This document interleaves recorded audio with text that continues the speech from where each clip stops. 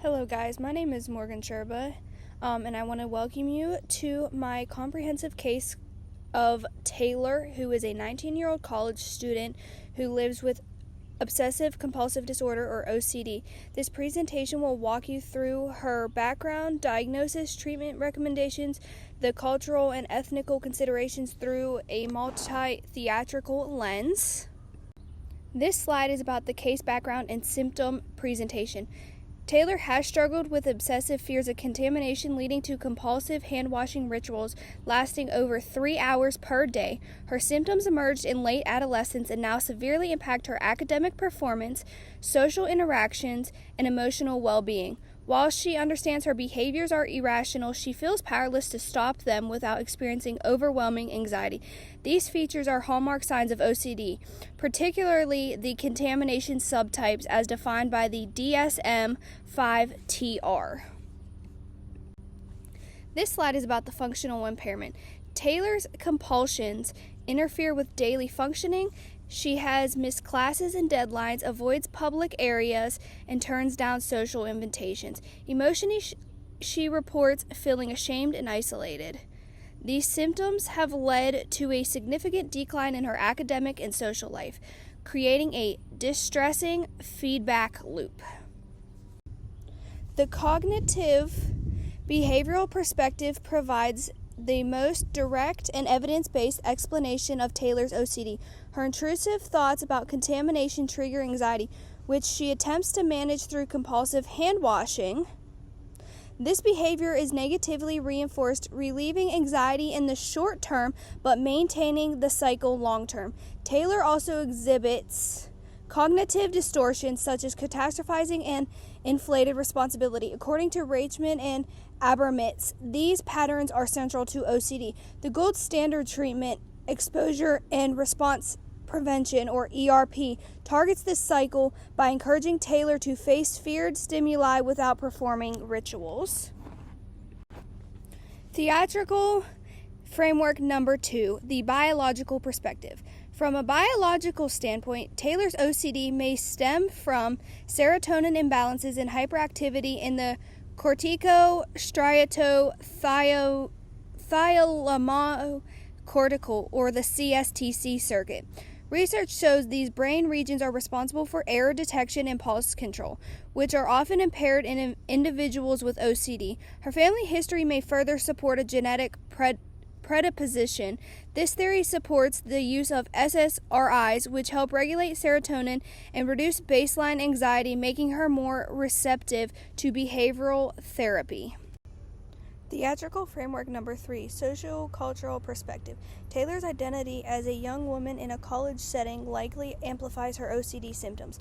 Cultural pressures around cleanliness, morality, and self-image may reinforce her fear of contamination. If her culture stigmatizes mental illness, she may avoid seeking help or underreport symptoms. Family expectations can also increase guilt and discourage openness. These social cultural factors shape her symptoms and how they are expressed and interpreted, highlighting the importance of cultural competence in treating and treatment planning. Diagnostic formulation. Taylor meets DSM-5-TR criteria for OCD as she experiences both obsessions and compulsions that are time-consuming, distressing, and impairing. Using the 4Ds, her condition causes significant distress, disrupts functioning, deviates from cultural norms, and may pose long-term health risks due to physical and emotional strain.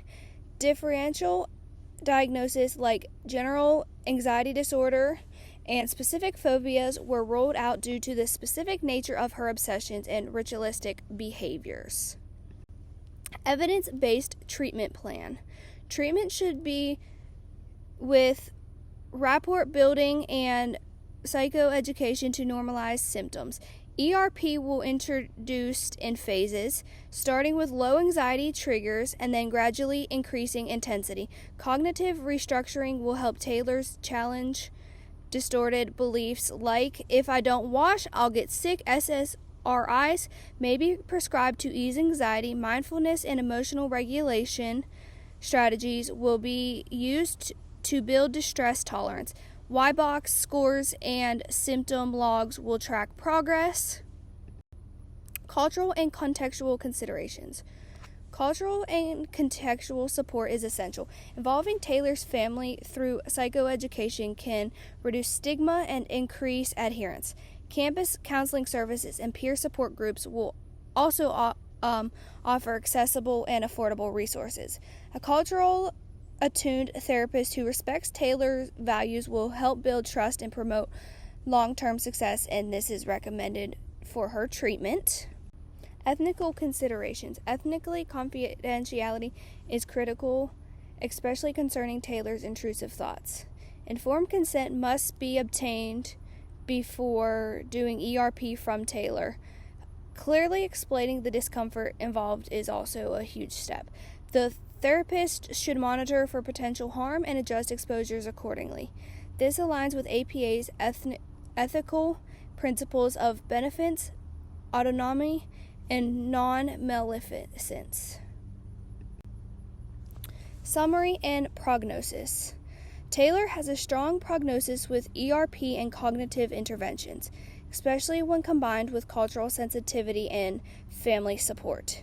An integrated model that includes CBT, biological, and psychodynamic insights will address both her symptoms and her underlying emotional conflicts. A clear relapse prevention plan and booster sessions will ensure long-term success and autonomy, and this will all help Taylor get out of her hand-washing stage, and it'll definitely benefit her down the line in the long run, so she doesn't have to deal with any of those health consequences that comes with her washing her hands for more than 3 hours a day.